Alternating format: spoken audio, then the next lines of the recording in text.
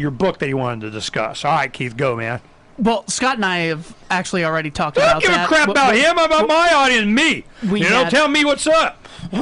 All right. So, look, page 56 was absolutely brilliant. He quotes a memo that Rumsfeld wrote on 9/11. Here is Rumsfeld's own words. Hard to get good case. Need to move swiftly. Near team target needs go massive. Sweep it all up, things related and not. Best info fast. Judge whether good enough to hit SH, Saddam Hussein. At the same time, not only UBL, Bin Laden. Tasks Jim Hayes to talk with PW, Paul Wolfowitz, for additional support for connection with Osama bin Laden. So on day one, on 9/11, they're already talking about going after Iraq, and they're so brilliant they know bin Laden was already behind it. That was one thing I was going to put into our discussion there, just because that was so brilliant. He also quotes Wesley Clark, the Supreme Allied Commander, saying that the memos included a list of 7 countries to be the subject of U.S. regime change politics in the new war on terrorism. Oh, nice and vague, terrorism. Iraq, Syria, Lebanon, Libya, Somalia, Sudan, and Iran. Wesley Clark said that to Amy Goodman. Those were 2 of the things that I was just going to bring up because I remembered. Okay, now bring up let's go ahead and get book. ready to talk about each of these. Scott, see where we're at. Go ahead and do the what was it, 7 countries or whatever. Go ahead and read those off at sublight speed. All right. So the first country, Iraq. Was Iraq. All right, we got Iraq. All right. Next one. Syria. Syria. Yeah, we played with Syria. Yeah, and they had. No, we'll talk about it. Just give me the countries. Go. Lebanon. All right. Well, what's going on in Lebanon? Well, whatever Israel wants to. I don't know. That's another Iran proxy, whatever. Okay, go next one. Libya. Obviously. Screwed them. Okay. We came. We saw. He died. Somalia, which they have undercover forces. They're fighting al-Shabaab. Sudan, and then Iran. I don't know much about Sudan. Okay, now each one of those, of course, they've done. Now, Sudan. I haven't heard much about Sudan. What's up with, why do they want to do Sudan? What's up with Sudan, Scott? Well, what they ended up doing was intervening on the side of the black Africans in the south of the country in a secessionist movement, essentially to break the South away from the control of Khartoum, rather than seeking a regime change there. So Omar Bashir, the dictator there, was only overthrown last year in a popular revolution, a legit revolution. In fact, I need to catch up on the status of that because there was the question whether the military was going to relinquish control to the people who really were demanding a parliamentary democracy type of a system.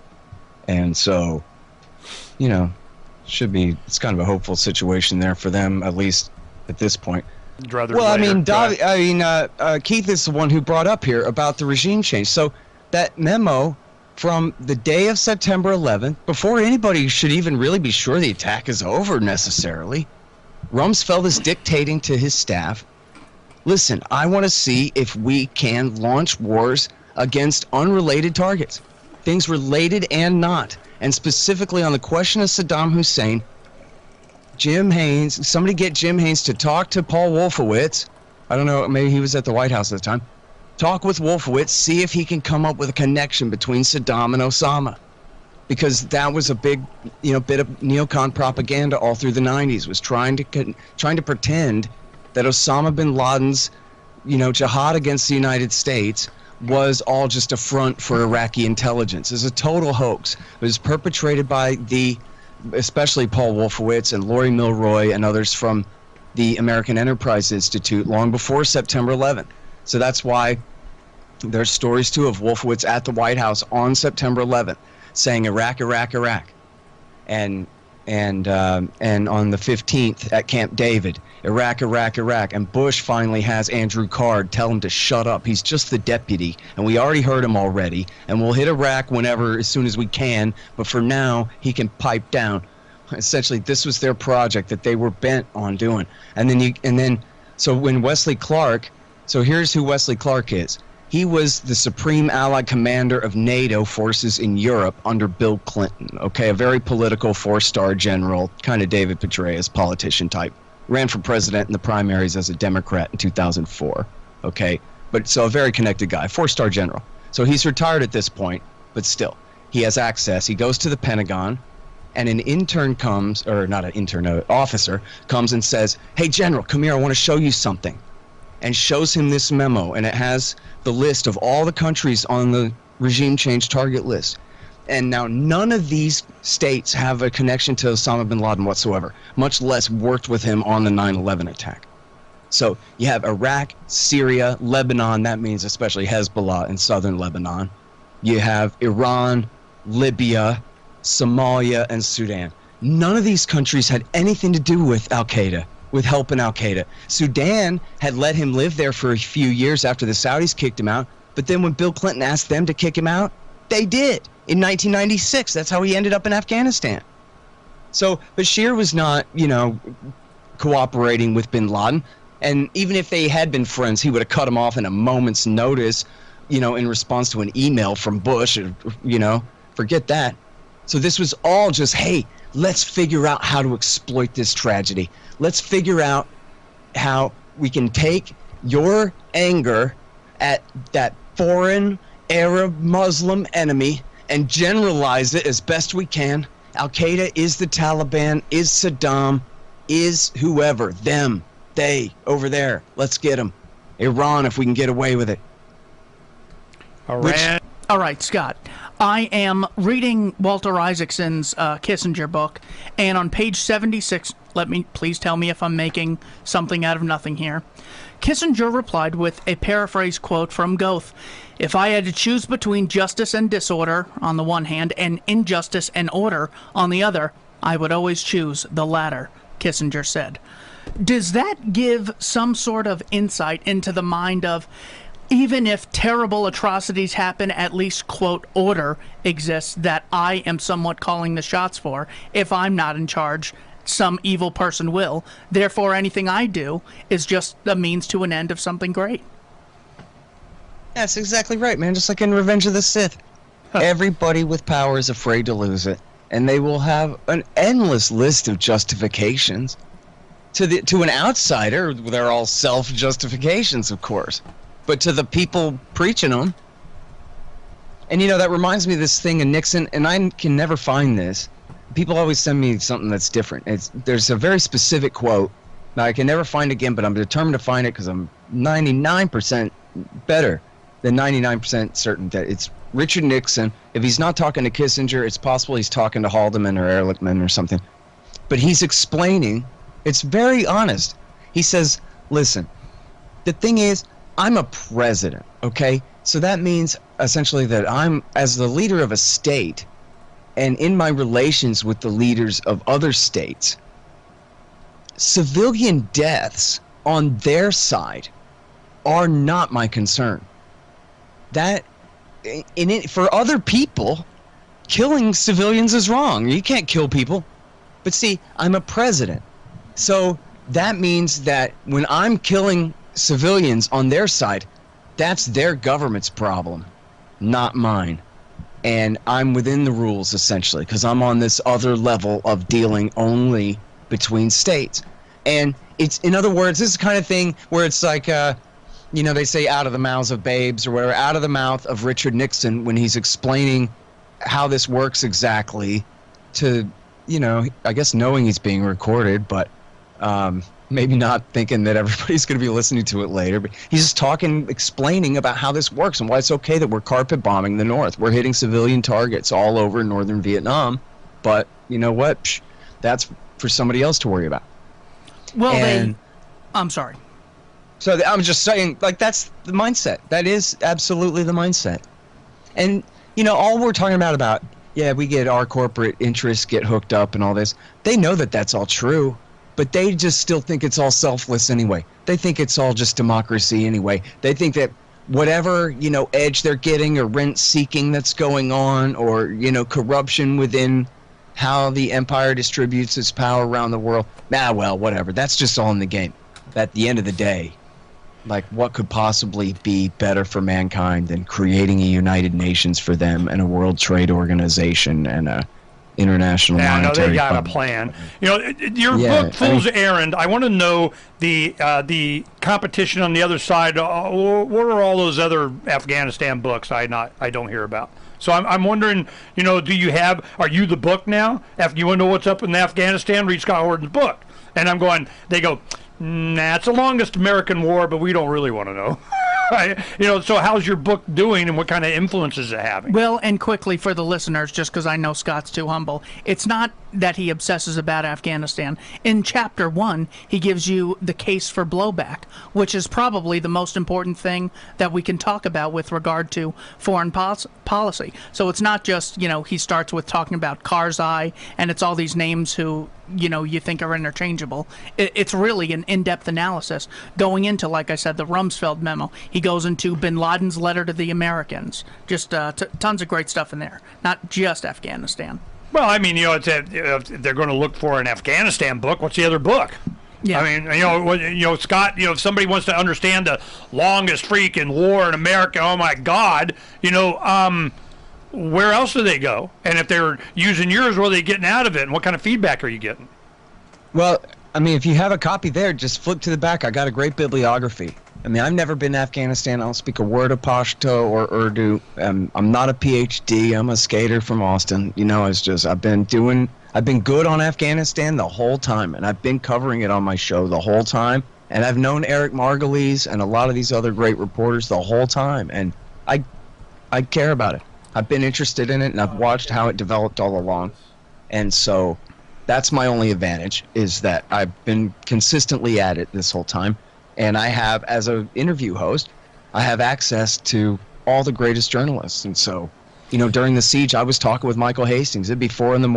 in, Kandahar City, and he'd be out there on the satellite phone recording an episode of my show about why the surge won't work and all this kind of stuff. So, that's my advantage in this. I'm just right place, right time. Well, I'm looking at the back of the book, a lot of these stories and everything, and I'm going, okay, how many of these are still there? A lot of this stuff that, certainly would make a big point of what you're making, I've seen as I go back over the years of, it's been, over 15, since 05, what's that? 15 years we've been doing Freedom's Phoenix, and I have links to these, and I'll go, that, and I do my own internal search on Freedom's Phoenix. We improved our search on it, and I go, whoa, I got hundreds of thousands of, there it is, and I go, link gone, denied, dropped off, not there anymore.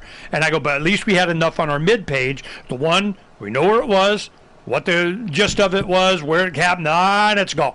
So how much of the stuff Wayback Machine.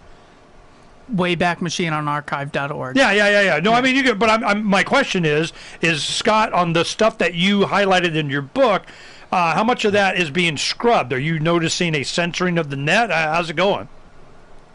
I mean, I don't know. You guys tell me, Kindle readers, if you're having a problem with links, let me know. I think, for the most part, I think it's all right.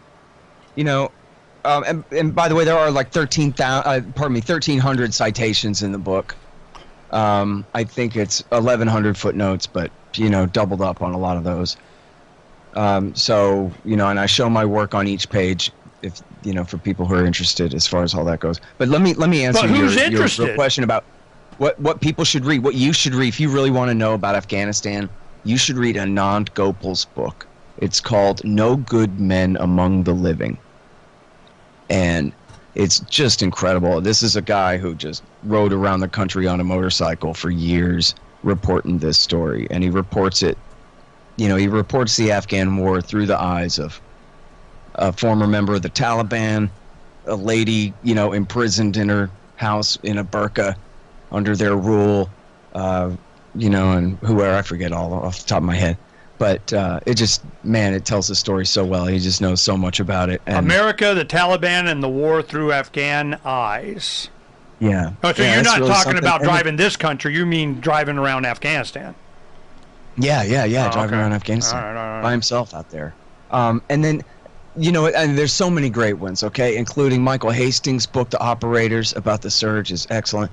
But something for people who want, real in-depth, study. There's one called An Enemy We Created, and it's by, their names are so hard to remember. One of them, it's Felix Kuhn, and I'm so sorry, I forgot the other guy's name. It's right on the tip of my tongue. got all 5 syllables in there somewhere. Lynn Shoten, that's what it is, Lynn Shoten. Kuhn and Lynn Shoten, an enemy we created. And it's about how we didn't have to fight the Taliban. We didn't have to fight Hekmatyar. Hekmatyar was the CIA's favorite going back to the early 1970s. The early 70s. We didn't have to have a war with him. We didn't have to have a war with Haqqani. We didn't have to have a war. The Taliban surrendered. And as crazy as this sounds, Zalmay Khalilzad made a really smart choice by picking Hamid Karzai to be the first new puppet dictator. Because Karzai was a Populzai Pashtun, that's the tribe of Pashtun, from Kandahar city. His father had been a very important tribal leader. And so the Taliban didn't say, this will be the mother of all battles and we'll fight you till the end of time, you infidel dogs. They didn't do that. They said, oh, we recognize the new government as Islamic and legitimate. We surrender, we disband, we leave the field, war's over. The whole thing was over by the end of 2001. Not just the Al-Qaeda on the run after Bush let them go, but the regime change against the Taliban. I mean, their goose was cooked by New Year's. It was done. And then okay, give or take 4 or 5 weeks, which was still just a matter of the Americans continuing to attack them. These wars aren't meant to be won. They're meant to be fought. This is the whole point. We just had a Smedley Butler, article up here, evaluation. Ask Corbett. James Corbett right. just and did a down big thing on the Smedley. lowest level too, Ernie. A big part of it was a new detachment of Rangers arrives, and they're like, "All right, let's get some. Where's some terrorists?" But there are no terrorists. So instead, they just get involved in a political fight, and some guy sends them against his enemy over the hill. The new police chief sends them against the last police chief, a guy who always hated the Taliban and who has been a loyal servant of ours for a year and a half. Now he's in Guantanamo Bay, if he's not dead. And, I mean, the whole thing has been an absolute one of them clustered thingamajigs like they talk about. Yeah, and you mentioned that beginning. with I can't find the page, but U.S. rejects Taliban offer for Bin Laden. It's like, really, wouldn't you want Bin Laden? Wouldn't you want to have some information on him? Of all the people you're getting in Abu Ghraib and Guantanamo Bay, Bush rejects the Taliban offer, and then Bush writes about it in a chapter in Decision Points titled Afghanistan, saying, yeah, we did that in order to increase our negotiation power. I actually quote it in my interview with Scott Horton. I titled American Imperialism, Scott Horton and Keith Knight. But yeah, the fact that they just rejected handing over Bin Laden to the U.S. when he had nothing to lose at that point, that tells you the goal here is not to have a war, execute something, and then retreat. The goal is, it's so much a justification in and of itself. The journey is the destination. I wanted to make sure people, it's right below today. You go to the Freedom's Phoenix right now, and you'll see this. You'll see Scott Horton live podcast. We're here yakking about it. And you scroll down just a little bit, and a couple stories down. Who is Smedley Butler? Questions for Corbett, number 52. Now, as you go down, you go into that, and it has his video there. And I go, also, I put down Major General Smedley Butler, USMC retired, Glenn Jacobs narration. Now, Glenn Jacobs is now mayor of Knox County. They have county mayors in Tennessee. And he was WWE Kane, the World Wide Wrestling Entertainment guy. And, Glenn's a good friend. He used to write for LouRockwell.com. He's a Rothbardian, anarcho-capitalist type libertarian. Oh, yeah. No, he's hardcore. well read. Well, I just talked to him like Christmas Eve. He called just to, say, yo, what's up, Merry Christmas and everything. We just, see how he was doing. And but I had, emails going, hey man, give me a call because damn, how you doing? So we got to yak it a little bit, and we probably won't be doing a radio show until after he's not a politician anymore. But he might run. You never know. He'd be Congress, this, that, president, something. He's in there, he telling me how it really works inside, kind of deal. But he read this. War is a Racket was a presentation that General Butler did when he went around the country. He's going, look, man, there was a big coup. They were trying to do a coup on FDR. It was like doing Obama or something. He was like, no, no, no, no. He outed him. He goes, look, man, this is not how you're going to, American people aren't going to buy this. So he was like the original Q or something. But he was going around telling what these are really about. These wars are about just making money. And he'd give a lot of, examples. Well, Glenn did a great job reading that. So I encourage people, you want to know who Smedley Butler is, go look at that and you're good. Oh yeah, the other thing, Butler Schaefer just passed away. I'm sure you probably know that. Yeah.